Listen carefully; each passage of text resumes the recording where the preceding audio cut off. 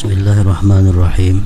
Alhamdulillah wassalatu wassalamu ala Rasulillah Sayyidina wa maulana Muhammad ibni Abdillah wa ala alihi wa sahbihi wa man tabi'a hudah, amma ba'd. Qala al-musannif al-imam al-arif billah hujjatul Islam Abu Hamid al-Ghazali rahimahullah wa nafa'ana bi ulumihi fid dharain, amin.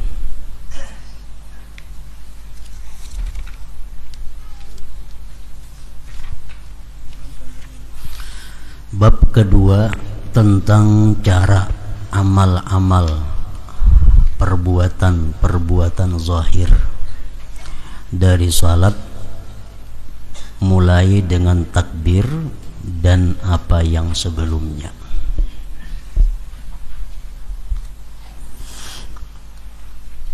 Sayugianya bagi orang yang salat apabila selesai dari wudu dan bersuci dan dari kotoran di badan, tempat dan pakaian, dan menutup aurat dari pusat sampai ke lutut kalau laki-laki, kalau perempuan seluruh tubuh kecuali muka dan dua telapak tangan. Nah, sesudah selesai itu untuk tegak berdiri dengan menghadap kiblat.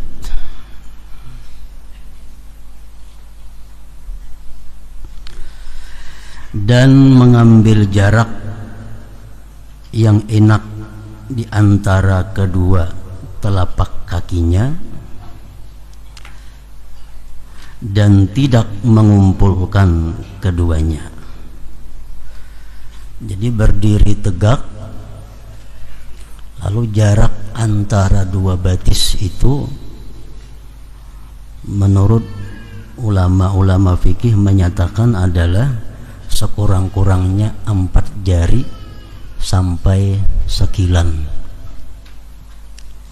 Jadi kita meranggangakan dua telapak batis itu 4 jari paling kada, atau paling lebar sekilan jarak antara dua batis. Artinya jangan kurang pada 4 jari, ranggangnya antara dua telapak batis jangan lebih pada sekilan. Dan tidak mengumpulkan keduanya. Artinya dua batis itu jangan bersantuk. Nah, kalau ada pawaknya, jadi batisnya berait, dua telapak batis berait. Nah, jangan macam itu. Ranggangakan. Dan tidak mengumpulkan keduanya. Sesungguhnya hal itu termasuk sesuatu yang menunjukkan atas fikih seseorang. Artinya hendak mengetahui orang itu berilmu atau kada, sembahyangnya itu itihi dua batisnya kayak apa inya ma'andak. Bilanya bahasta-hasta parak, nah berarti kada berilmu orang itu. Atau batisnya betatai wara santok kiri lawan kanan, nah itu menunjukkan orang kada berilmu. Kalau orang berilmu itu mesti ma'andak batisnya itu 4 jari ranggangnya, atau paling ranggang sekilan.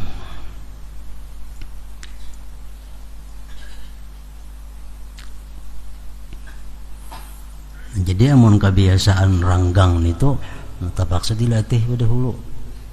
Kaina ranggang tupang terus. Berpuluh-puluh tahun sudah ranggang itu batis na bahasta-hasta. Lalu mau ubahnya terpaksa perhatian, latihan. Nabi sallallahu alaihi wasallam telah melarang dari merapatkan dua batis tadi, dilarang oleh Nabi, dan berpincang dalam salat. Yang dimaksud dengan merapatkan adalah menyertakan dua telapak kaki dengan bersamaan. Daripadanya terdapat firman Allah Ta'ala, muqarranina fil asfad, artinya diikat bersama-sama di dalam belenggu. Sedangkan berpincang yang dimaksud adalah mengangkat salah satu dari dua kaki. Jadi antara batis kanan lawan batis kiri ini tinggi sebelah, itu pun dilarang juga. Termasuk di sini adalah batis kiri, batis kanan itu kada rata, ada nang taka maju, ada nang taka belakang. Maandak batis nih, kiri kan nang tak maju sedikit atau kanan kan nang tak maju, itu pun dilarang juga. Atau bertumpu tubuh kepada salah satu di antara dua kaki, itu pun termasuk nang dilarang juga. Nah, jadi awak kita waktu berdiri itu bujur-bujur dipikul oleh kedua kaki kita. Jangan makan sebelah, baik kiri atau kanan. Nah, jadi batis itu mesti rata, jangan ada nang maju sebuting, jangan, atau tertinggi sebuting, jangan juga.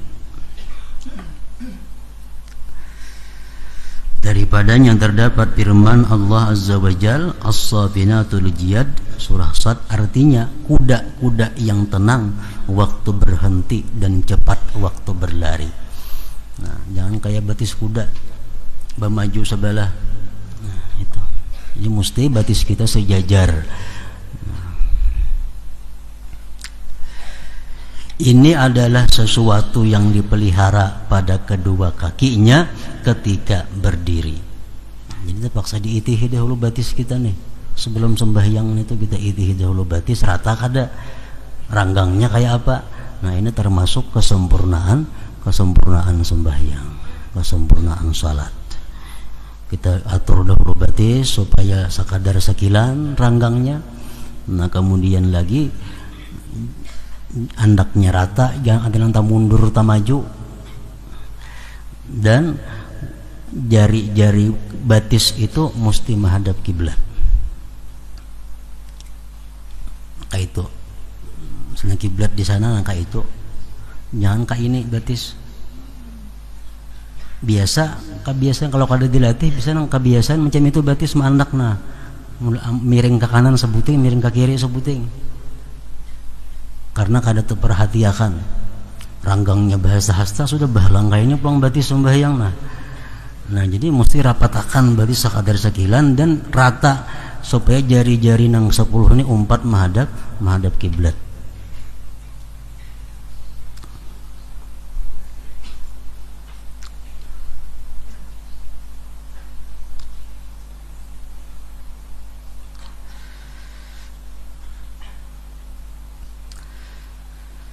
Dan ia memelihara terhadap kedua lututnya dan tulang belakangnya untuk tegak lurus.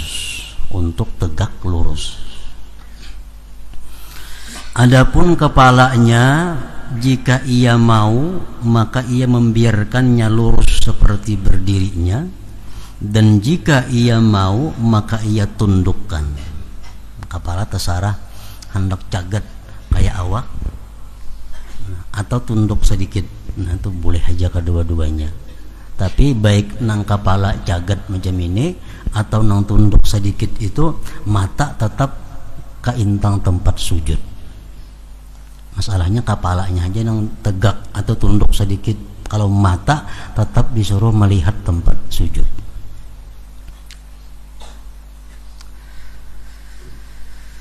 Menundukkan itu lebih mendekatkan kepada khusyuk dan lebih memejamkan pandangan.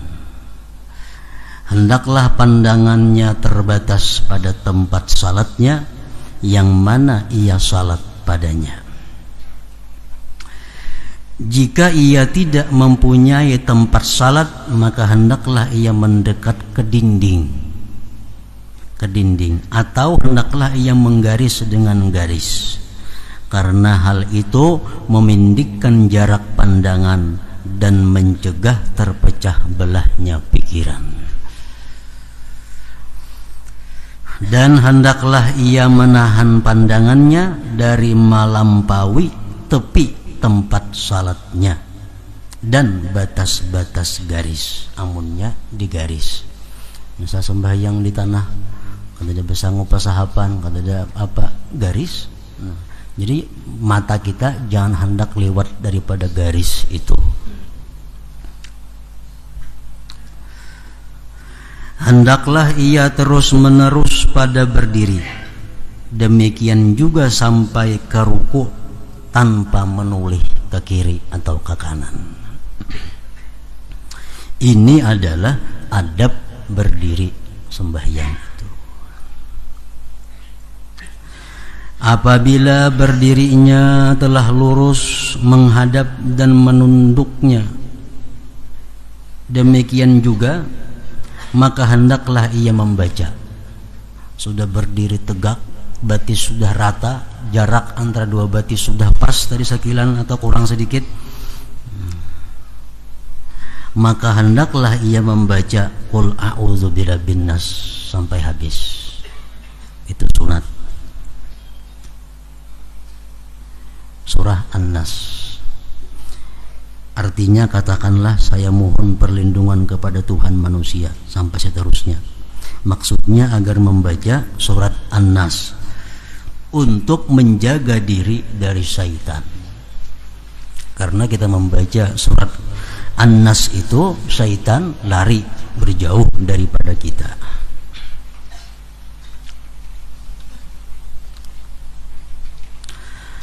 Kemudian hendaklah ia melakukan iqamah. Jadi di sini Qul a'udzu birabbin nas dulu hanya rekamat.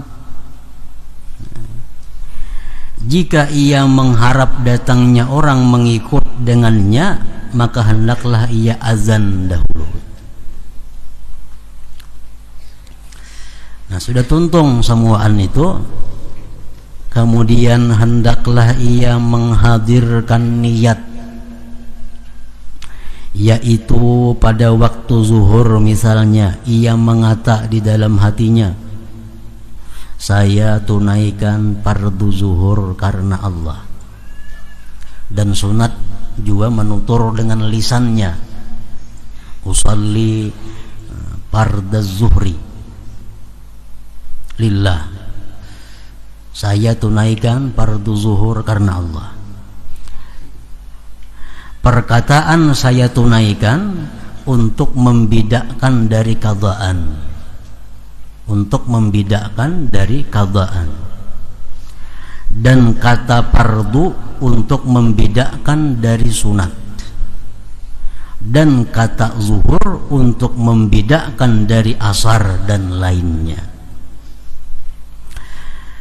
Hendaklah arti lapaz-lapaz ini hadir di dalam hatinya, karena itu adalah niat.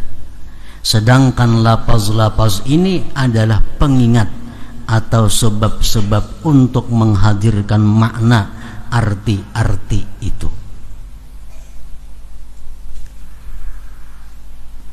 Jadi di dalam niat itu nang wajib ada 3 menurut mazhab kita. Yang pertama yang wajib itu adalah usalli, aku sembahyang. Yang kedua fardu. Yang ketiga zuhur atau asar atau maghrib. Adapun yang lainnya itu 4 rakaat tunai karena Allah Ta'ala itu sunat. Makmuman sunat juga, kecuali sembahyang Jumat. Nah, makmumannya wajib dibuat, wajib dimasukkan. Dan usahakan hal itu kekal sampai akhir takbir sehingga tidak hilang. Jadi sebenarnya niat itu bukan ditutur di dalam hati. Misal dalam hati kita berkata aku sembahyang fardu zuhur 4 rakaat. Nah, itu ngarannya hadisun nafsi, bukan niat. Tapi untuk orang-orang awam, orang-orang yang masih kada bisa, hal itu masih dibolehkan. Sebenarnya niat itu adalah kesadaran bahwa aku ini melaksanakan sembahyang fardu zuhur. Walaupun kata dibaca berurut, aku sembahyang fardu zuhur, iya nang panjang Allah jadinya. Nah, karena dalam hati waktu Allahu Akbar itu membaca nih itu. Padahal niat itu sebenarnya adalah waktu kita Allahu Akbar itu, mulut kita Allahu Akbar, hati kita sadar kita ini sembahyang fardu zuhur. Cukup itu. Namun kada bisa nang macam itu masih dibolehkan nang tadi. Mulut Allahu Akbar, dalam hati aku sembahyang fardu zuhur 4 rakaat menghadap kiblat, mengikut imam tunai karena Allah Ta'ala. Nah, itu masih dibolehkan.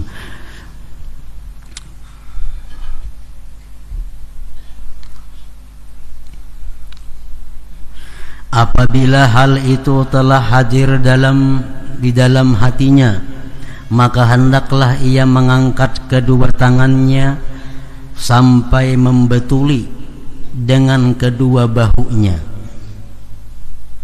Setelah melepaskan keduanya, sekira-kira kedua telapak tangannya membetuli dengan dua bahunya dan kedua ibu jarinya membetuli dengan kedua bagian bawah telinganya dan ujung-ujung jarinya membetuli dengan ujung telinganya, agar ia menghimpunkan antara hadis-hadis yang ada padanya, dan ia menjadi orang yang menghadap dengan kedua telapak tangannya dan kedua ibu jarinya ke kiblat,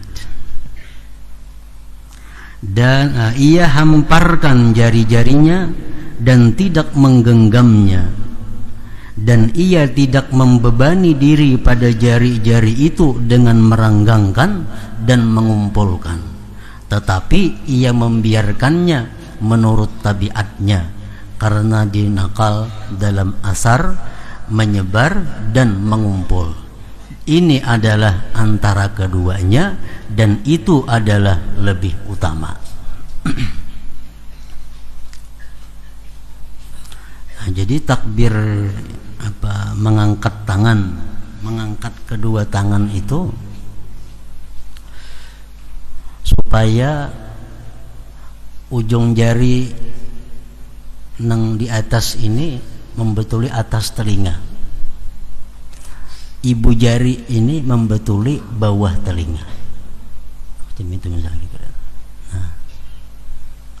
Nah, membetuli, bukan disantukakan, kada. Membetuli. Nah, kemudian kedua telapak tangannya menghadap kiblat. Menghadap kiblat. Jangan jam itu miring ngarannya. Allahu Akbar, kemana nih hadapnya telapak tangannya? Allahu Akbar, itu mesti telapak tangan keduanya ini menghadap kiblat. Yang kedua, jari ini dibiarkan kayak tabiatnya macam apa? Artinya kada usah diranggangakan, kada usah dirapatakan.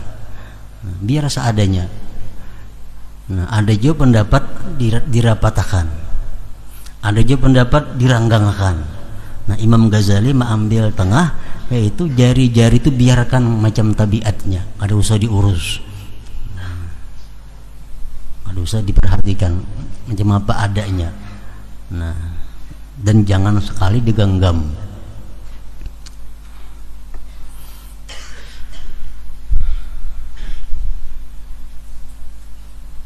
Dinang kita ini perlu latihan juga. Sorangan di hadapan ceramin, Allah Akbar, di ceramin, maka supaya kau melihat pas kada nih, Allah Akbar, supaya sembahyang itu bujur-bujur sempurna, Allahu Akbar. Nah, jadi ini ujung jari tengah ini atas telinga sini, andaknya betulannya telunjuk ibu jari ke bawah telinga sini. Nah, ini. Jadi telapak tangan mesti menghadap kiblat. Ada pendapat yang mengatakan sunat ditundukkan sedikit jarinya, supaya ujung jari menghadap kiblat. Ada juga mengatakan kada usah, rata aja macam itu. Yang penting telapak tangannya menghadap kiblat.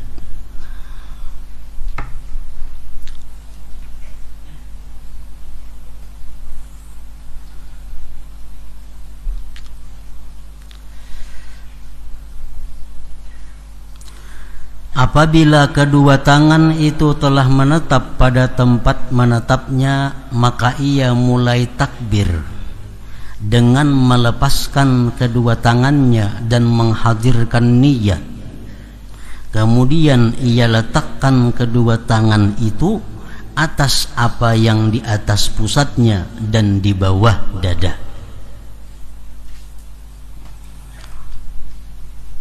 Jadi takbir itu, ini Imam Ghazali, bermacam-macam imam cara bertakbir. Jadi Imam Ghazali ini menurut pendapat Sidin yang paling baik adalah antara Allahu Akbar dengan mengangkat tangan itu.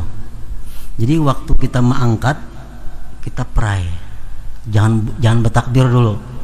Nah, sudah ini kira-kira tepat andaknya di sini, hanya Allahu Akbar. Nah, jadi waktu mengangkat itu ada usah dulu, angkatnya berani aja.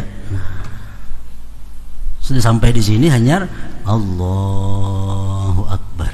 Nah, itu pendapat Imam Ghazali yang paling baik macam itu. Angkat perai, jangan berbacaan dulu. Sudah ini gana di sini hanya Allahu Akbar, di hati menghadirkan niat. Nah, itu pun dilatih juga, mun kada mahir kada kawa juga langsung itu. Nah, dilatih.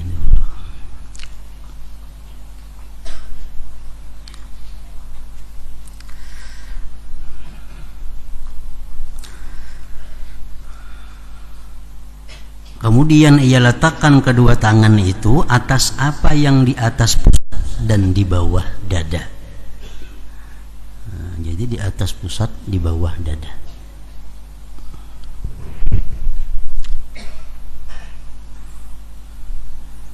Oleh para ulama ahli hikmah mengatakan, kenapa tangan kita ini diandak di intang sini, di bawah dada, di atas pusat. Nah, ini adalah satu isyarat untuk mengandang nang apa, supaya hati ini jangan turun ke parut jangan naik ke hati. Kan parut ini pikirannya apa? Parutnya urusan makan, urusan minum, segala macam. Nah, jadi urusan itu supaya jangan sampai naik ke hati. Nah, hati supaya jangan turun ke parut. Jadi isyaratnya dikandang dengan ini, tangan diandak di situ.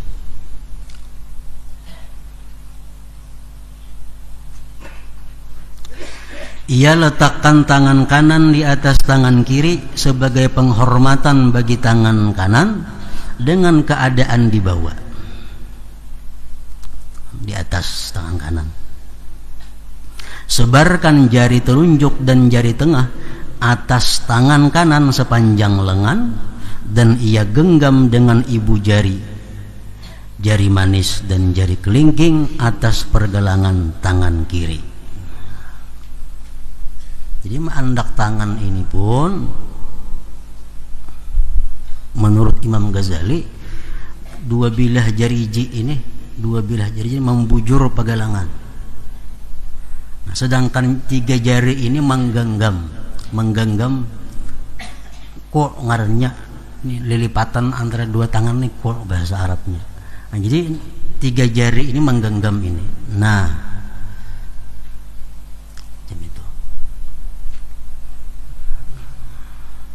jadi genggam pergelangannya, palipatannya digenggam. Lalu jari dua, nah, telunjuk lawan jari tengah ini membujur tangan. Nah, jam itu. Nah.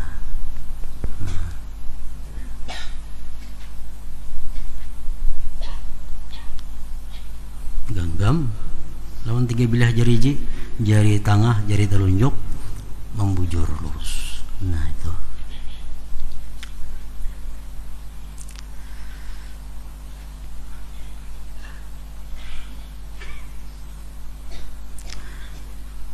Dan telah diriwayatkan bahwa takbir itu dengan mengangkat kedua tangan, ada juga, dan menetapkan keduanya dan melepaskan keduanya, seluruhnya itu tidak mengapa.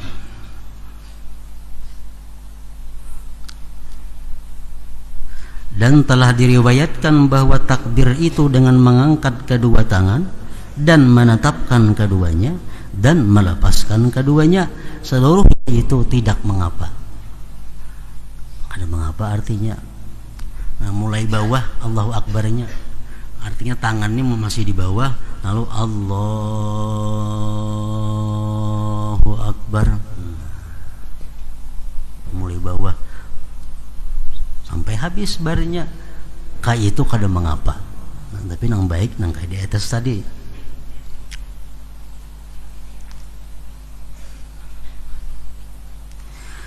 Dan saya memandangnya dengan melepaskan itu adalah layak, karena itu takbir adalah akad. Meletakkan satu tangan atas tangan yang lain adalah bentuk akad. Permulaannya adalah melepaskan tangan dan akhirnya adalah meletakkan tangan. Sedangkan permulaan takbir adalah alif dan akhirnya adalah ra. Maka layaklah memelihara kesesuaian antara perbuatan dan akad. Itu Imam Ghazali memperkuat alasan Sidin yang pertama tadi yang lebih baik. Karena yang pertama ini praeja itu seperti mukaddimahnya, seperti permulaannya mukaddimah. Nah, sudah ini di sini gana hanya mulai.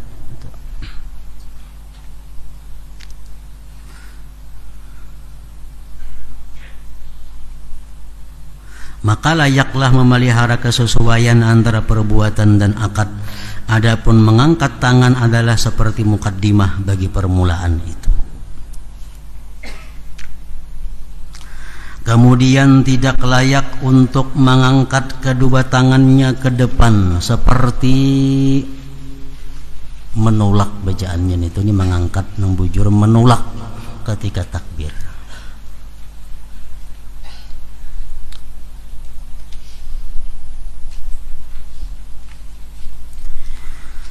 Kemudian tidak layak untuk mengangkat kedua tangannya ke depan seperti menolak ketika takbir itu.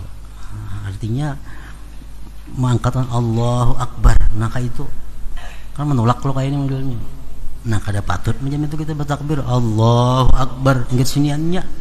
Nah kayak model kada hendak nih tuh menolak. Dan ia tidak menarik keduanya ke belakang bahunya, liwat bahu. Allah liwat ke sini, keliwatan. Jangan juga.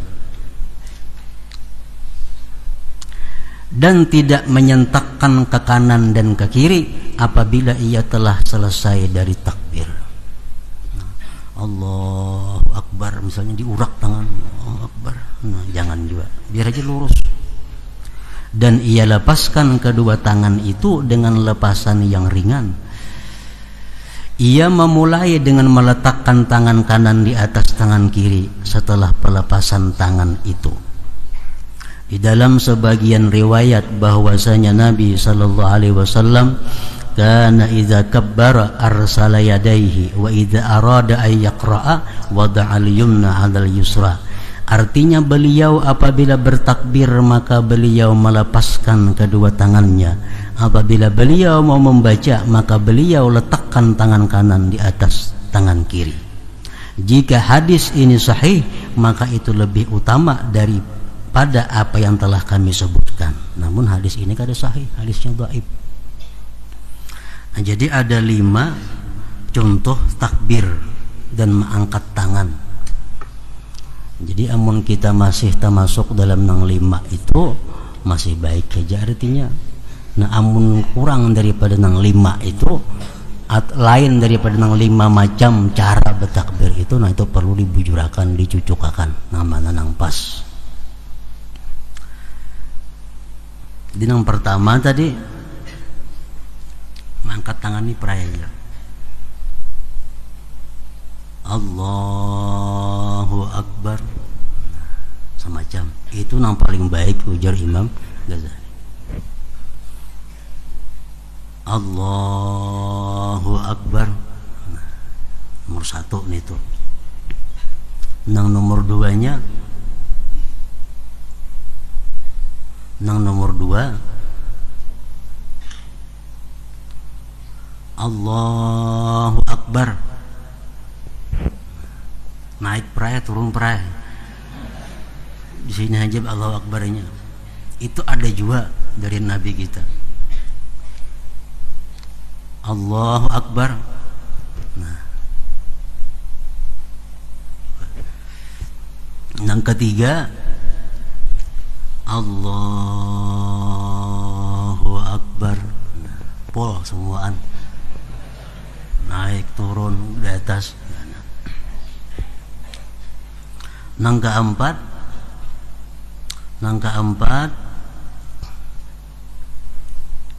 Allahu Akbar, juntayakan tangan. Karena sudah bacaan hanya anak ke sini. Itu pun pernah juga oleh Rasulullah. Jadi Allahu Akbar, nah, juntai. Sudah baca auzubillah, nyerna tangan ke sini. Juntayakan sama sekali. Yang kelima, naiknya aja Allahu Akbar. Nah, Allahu Akbar, turunnya ada lagi. Nah, jadi namanya antara lima itu nang cucok, nang kawa, nang nyaman. Amunnya kawa usahakan nang pertama tadi, karena itu yang dimu'tamadkan oleh Imam Ghazali dan Imam An-Nawawi. Naiknya aja perai. Nah, ukur dulu tangan sampai asap pas di sini kira-kira, hanyar Allahu Akbar. Nah, itu hendak tangan berdahulu asa kira-kira pas sudah, hanyar Allahu Akbar. Nah, kayak itu.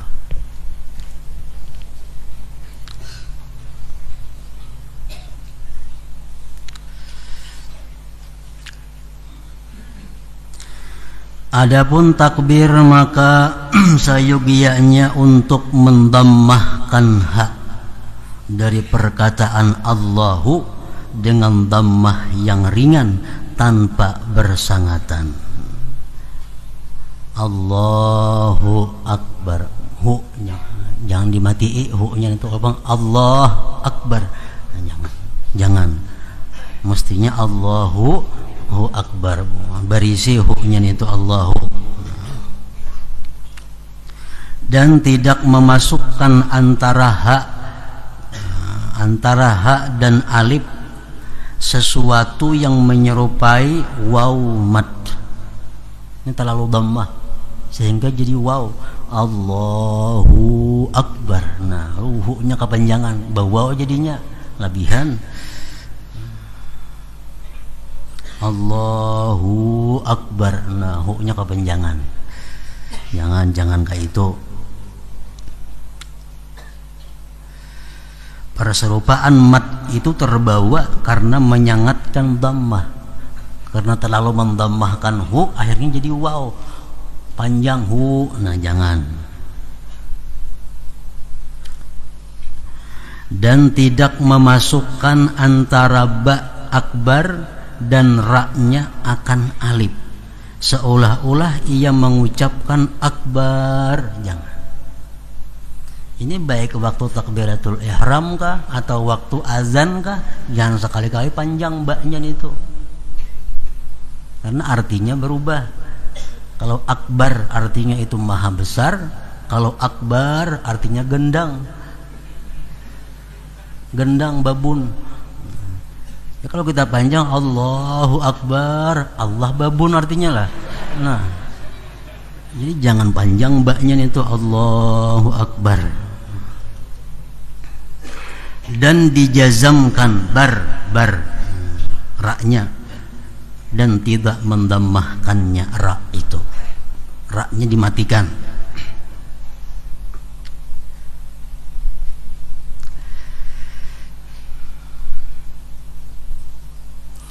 Dan lagi disebutkan oleh para ulama fikih yang perlu diperhatikan, bahwa panjangnya Allah yang lebih daripada 14 harakah.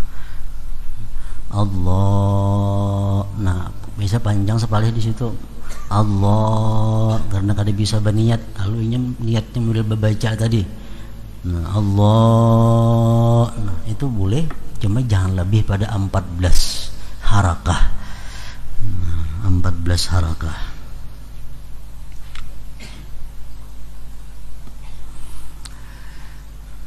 Disyaratkan pula takbir itu didengar oleh kita nang bertakbir.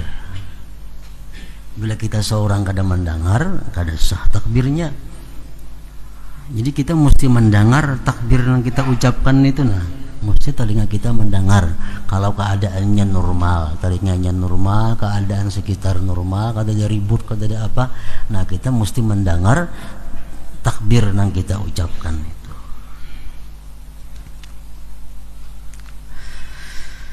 Ini adalah perihal bacaan. Kemudian ia memulai dengan doa istiftah. Begitu Allahu Akbar atau Allahu Akbar,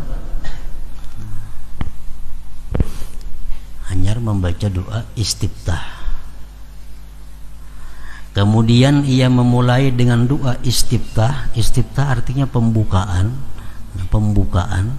Dan bagus setelah ucapan Allahu Akbar untuk membaca Allahu Akbaru kabira walhamdulillahi katsira wa subhanallahi bukratan wa asila wajjahtu wajhiya lilladzi fatara as-samawati wal arda hanifan musliman wa ma ana minal musyrikin inna salati wa nusuki wa mahyaya wa mamati lillahi rabbil alamin la syarika lahu wa bidzalika umirtu wa ana minal muslimin. Artinya Allah Maha Besar, benar-benar Maha Besar. Segala puji bagi Allah dengan sebanyak-banyaknya. Dan Allah Maha Suci pagi dan sore. Aku hadapkan wajahku kepada Zat yang menciptakan langit dan bumi dan condong dan berserah diri. Dan aku sama sekali tidak termasuk golongan orang-orang yang mensekutukan Allah. Sesungguhnya salatku, ibadahku, hidupku dan matiku adalah bagi Allah Tuhan semesta alam. Tidak ada sekutu baginya, dan dengan demikian saya diperintah dan saya termasuk golongan orang-orang yang berserah diri. Nah, itu maknanya. Kemudian ia membaca subhanakallahumma wa bihamdika wa tabarakasmuka wa ta'ala jadduka wa jalla sanauka wa la ilaha ghairuka. Artinya maha suci engkau ya Allah, dan dengan segala pujimu, maha suci namamu, maha tinggi kemuliaanmu dan maha besar pujianmu, dan tidak Tuhan selainmu, tidak ada Tuhan selainmu. Agar menghimpunkan hadis-hadis yang berpencaran. Ada hadis mengatakan Nabi dua iftitah sidin subhanakallahumma itu aja. Ada hadis yang lain Nabi dua iftitah wajah atau wajian itu aja. Jadi supaya tak kumpul hadis-hadis kita baca semuaan.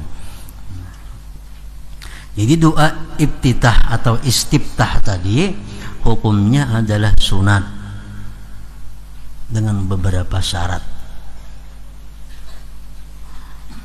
Syaratnya antara lain bahwa kita belum membaca a'udzubillah.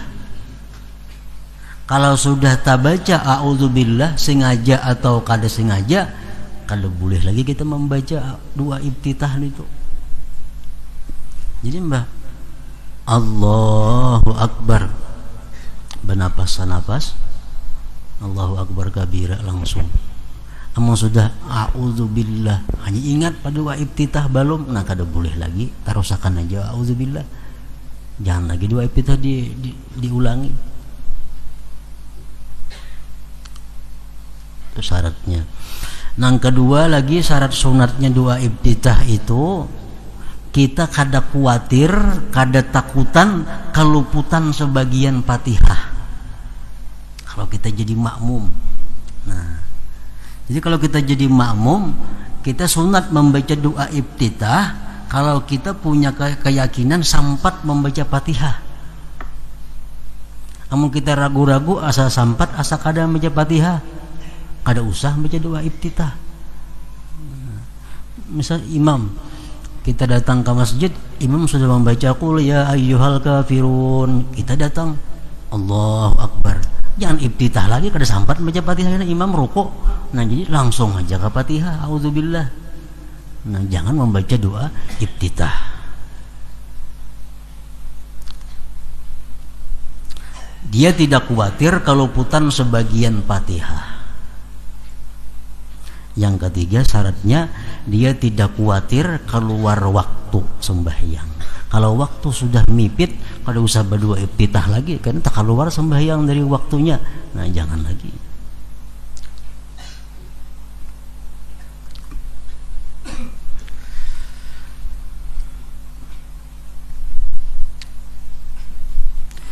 Dan jika ia di belakang imam, maka ia meringkas.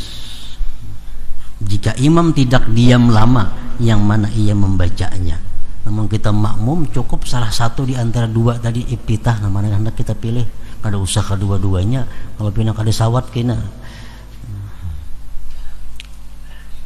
Namun sembahyang sorangan, ayo baca dua iftitah sepanjang-panjangnya, kada jadi masalah.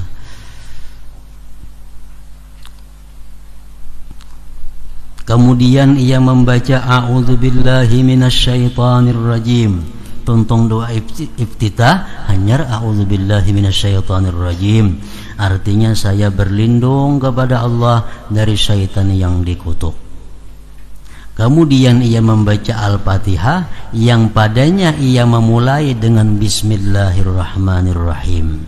Artinya dengan nama Allah yang Maha Pemurah lagi Maha Penyayang. Dengan tasdid-tasdidnya yang sempurna. Dalam Fatihah itu ada 14 tasdid. Nah, kada boleh kita kurang. Kada boleh kurang, kada boleh lebih daripada 14 tasdid itu.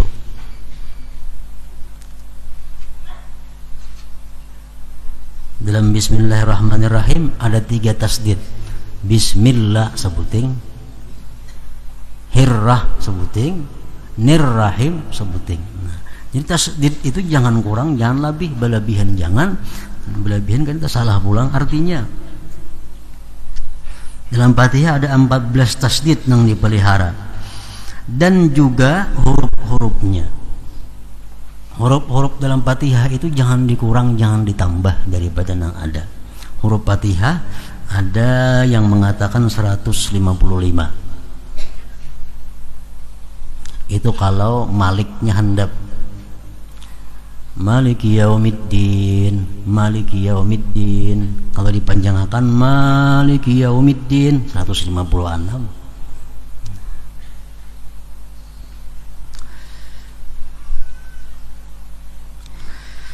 Ia bersungguh-sungguh dalam membedakan antara dad dan za. Dan di akhir Al-Fatihah ia membaca amin, semoga Allah memperkenankannya artinya, dan memanjangkannya akan sebagai panjang amin, dan jangan menyambungnya dengan bacaannya waladhdallin, jangan disambung waladhdallin amin, nah bersambung orangnya. Jadi mesti ada di situ diam, sekadar membaca subhanallah waladhdallin amin, nah sekadar subhanallah, untuk membedakan bahwa amin itu bukan termasuk daripada Al-Quran, membedakan amin bukan termasuk bagian dari surat Al-Fatihah. Ia menyaringkan bacaannya pada salat subuh, maghrib dan isya, kecuali jika ia menjadi makmum, dan ia menyaringkan bacaan amin. Kemudian ia membaca surat atau sekadar 3 ayat Al-Quran atau lebih, dan akhir surat itu jangan disambung dengan takbir mau turun rukuk, dengan memisah antara keduanya dengan kadar bacaan subhanallah. Lakum dinukum waliyadin, diam sekadar subhanallah, hanya Allahu Akbar rukuk, jangan waliyadin Allahu Akbar, nah berait jangan. Membedakan antara Quran surah lawan takbir.